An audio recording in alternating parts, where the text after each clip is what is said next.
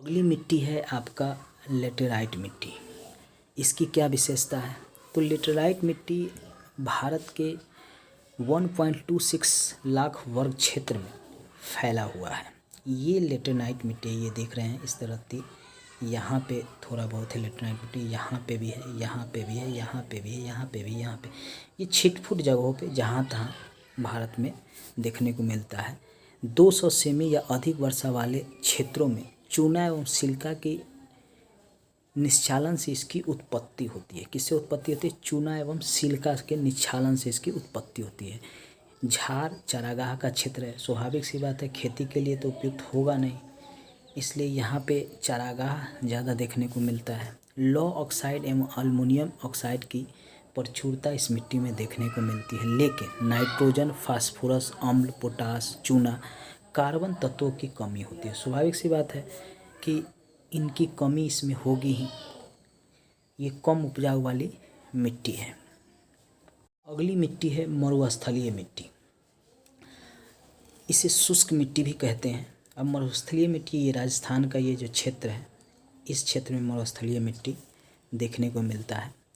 शुष्क होता है और शुष्क क्षेत्रों में ये 1.42 लाख वर्ग किमी क्षेत्र में ये मरुस्थलीय मिट्टी फैला हुआ है।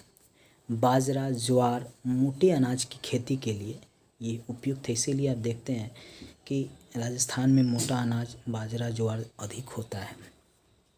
राजस्थान में ये गंगानगर का क्षेत्र है, ये अब उपजाऊ हो गया है क्योंकि यहाँ पे जल की उपलब्धता हो गई है, जिसके कारण अब यहाँ पे गेहूँ की भी खेती होने लगा है। इसमें लवण एवं फास्फोरस की मात्रा सबसे अधिक होती है। कारण है कि ज़मीन से ज़्यादा जल निकाला जाता है, साथ ही कि अब ये बलुई हो गई है। यहाँ पे जो है ये मरुस्थलीय का अर्थ है कि बलुई हो गया हुआ है पूरा ये क्षेत्र, जिसके कारण अब यहाँ पे जो है सीसा उत्पादन का अधिकतर मिल यहाँ पे बैठाया गया हुआ है। बड़े बड़े कारखाने सीसा उत्पादन यहाँ से करते हैं।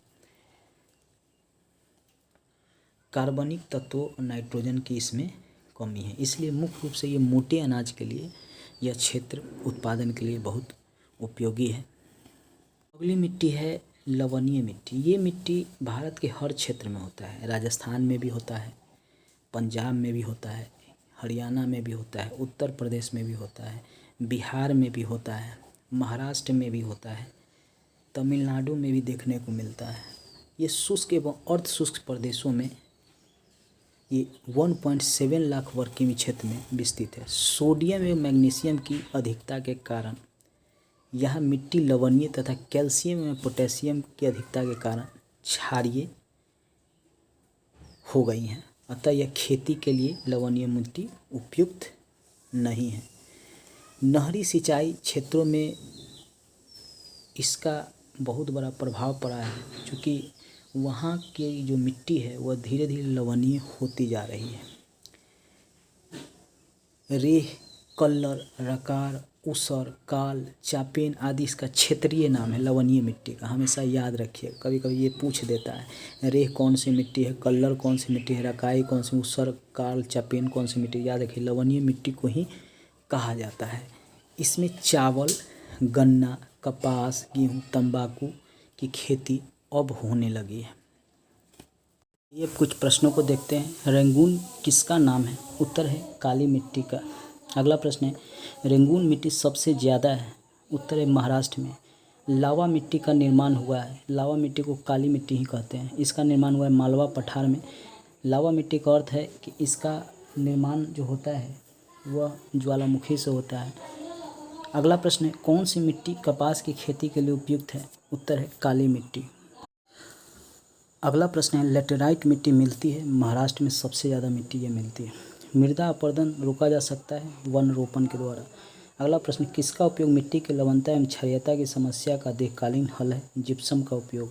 अगला प्रश्न है इस भूमि को सिंचाई की कम आवश्यकता होती है क्योंकि वह पानी बचाती है, कौन सी है? काली मिट्टी।